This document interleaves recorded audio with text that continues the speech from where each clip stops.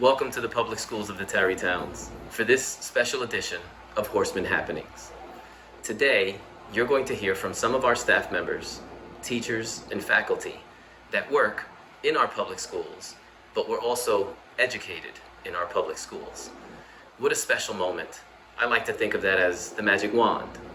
The magic wand is, can you find something that you love to do for the rest of your life? Because then it never feels like work. And our teachers have experienced that as students here in the public schools of the Tarrytowns and are now giving our current students that same experience. I'm so happy to be sharing this information with you today and look forward to hear what all of our horsemen have to say about being educated in the public schools of the Tarrytowns and leading education in the public schools of the Tarrytowns.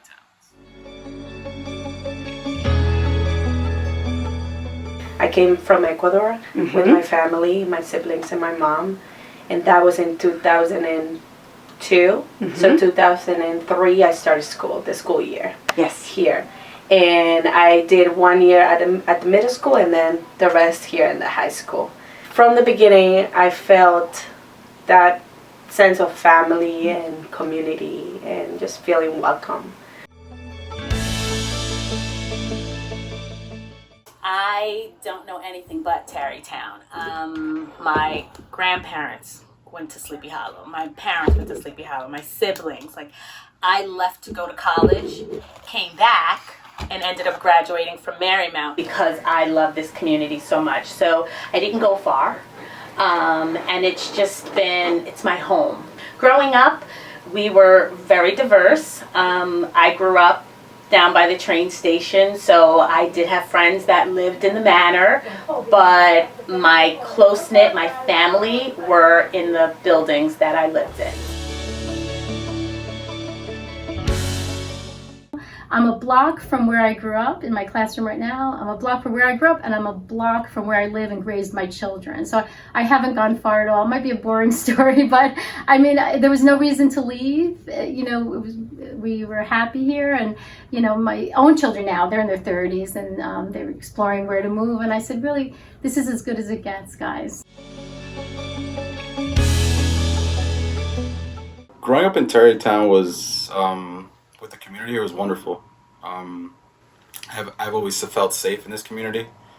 As a student, as an adult, that's why I'm still here.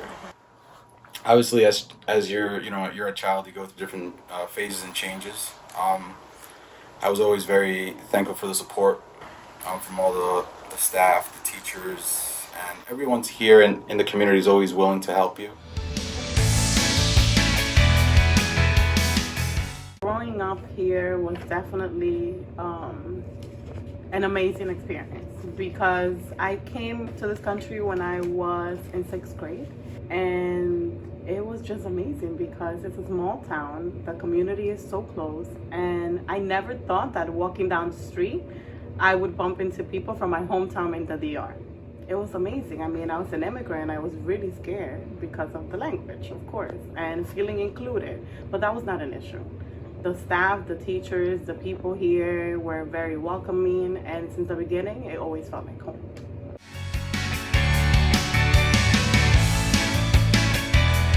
I was with Miss McGough, who's a great teacher. She's still a teacher here. It's amazing because I'm teaching her daughter now in 4th grade. And it's just like a little circle, which is amazing. And I remember that she just made me feel welcome too. And she made it clear that I remember I had to do a presentation, and the first time she told me, you're gonna be able to do it after school. It's okay, but the second presentation, second project, you're gonna stand up in front of everybody like everybody else, and you're gonna do it. You're gonna be fine. Miss Michelle Milliam, who retired a few years ago, was my pre-K teacher. She also became an administrator. We had Tappan Hill, and she was the principal of Tappan Hill for many years. I was hired right out of undergrad. So I was 22, and she hired me as a kindergarten teacher. I did do my demo, and I did everything that I was supposed to do, but she gave me a chance. She knew me since I was 3. She gave me a chance. And 22 years later, I'm still here in the district that she gave me a chance. There was another administrator by the name of Maritza McCaskill. She was the principal at Morris, and she told my parents, I see something in Tanya. Let's push her. My parents really didn't know how to advocate for me. So she pushed them to put me in that advanced level class. But if it were not for her, I would not have graduated Sleepy Hollow 10th in the class. I would not have been an honor student. I would not have went on to achieve the things that I achieved. The reason why I came back to this district is because I want to be that person in these children's lives to give them that push. There were two counselors here at Sleepy Hollow, one William Burnett and the other Mrs. Green. That was Mrs. Cheryl Green. And even though she wasn't my counselor, I had Mr. Burnett. The two of them were people of color, and they welcomed us into, and I say us because, you know, there were a few African American students at that time. We could come to them for anything. And it was, I always remember them and be very indebted to what they did for us. Her name is Miss Salante. She was I was the elementary school teacher. Elena Posada, my Spanish teacher, she really fine-tuned my Spanish. Sabrina McGough Choi, she really fine-tuned my English. Jamie Begazzo, Spanish teacher as well. I did AP Literature with him. My guidance counselor, Mr. Michael Kelly. Alan Alterbaum, assistant principal. He was great, great person. Brian Tompkins, he was always around wanting to help, especially with sports.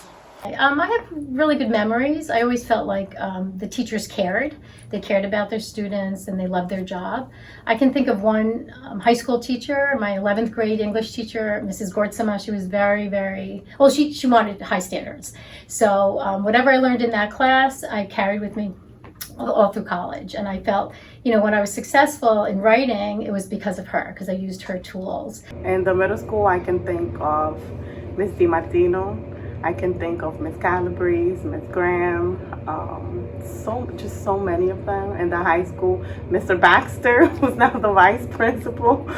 Yeah, he was my teacher. He was amazing, and people are always asking me that question, what was he like in the classroom? And it was one of my favorite classes. He taught English. Miss McGough, Miss Lopez, who's still here, Miss McGough's still here. They were all great, and I probably forgot so many. Mr. Giordano, who retired, but he was amazing, and people always asked, how was he in the classroom? And I'm like, really funny. Really? Because you see him walking down down the hallway with his suit and so serious, and you would never imagine that he was so funny in the classroom. But it is amazing, and then I continue to learn from them. So I think that's the beauty of it. I came back, they have always treated me like an equal with respect, and I continue to learn and grow and be motivated and inspired by the staff, the teachers here. Remember, if they taught me how to multiply or how to read, sometimes you don't really remember those things. You really remember how did they make you feel? How did those people shape you?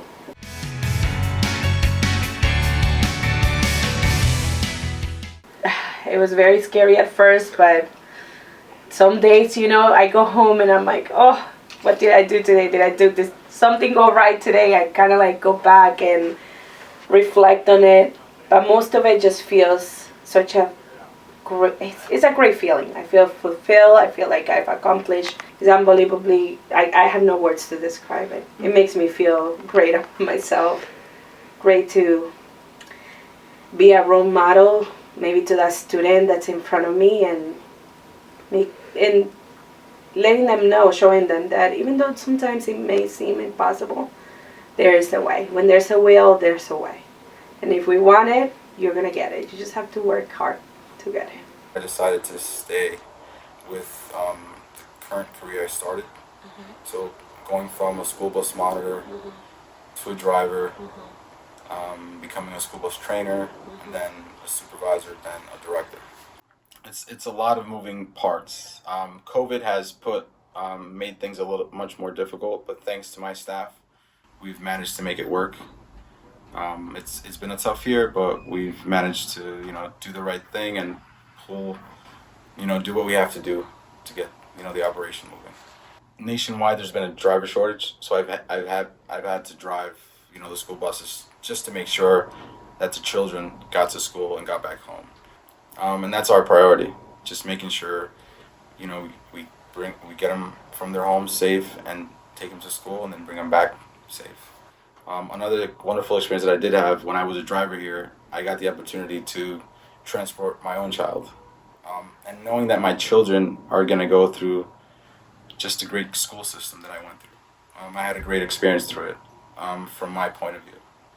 And I want them to have the same. I knew that this is where I was supposed to be. And I wanted to be back in this community that raised me to help raise some other kids. I encourage the kids to learn from, other people that we all have so much in common, yet we're all so different, and that is beautiful, and that is something that we should all be proud of. And to work here where you can see the diversity and you can see the kids coming together, learning from each other, that's the best part. I'm retiring in June. I'm very happy. I have no regrets. I gave it my all. That's what I keep saying. I tried my best. With teaching, the human element is there. It's hard to master everything. I have 5 grandchildren, and I'm ready to do that. Ready to embark on another stage of life. I'm going to embrace it and love it, and I'm really excited. What I'll miss the most is the children, or are the children. And my name is Noah. I like Mrs. Plano because she's very smart. My name is Sadie, and I like Miss Plano because she's funny. My name's Maria, and I love about her, she's so kind, and I love her character. My name is Cruz, and I like Miss Prado because she gives me hugs. My name is Era, and I like Miss Prado because she's sweet and nice. My name is Leah, and I like Miss Prado because she's caring. My name is Sierra, and I like Miss Prado because she's a great teacher.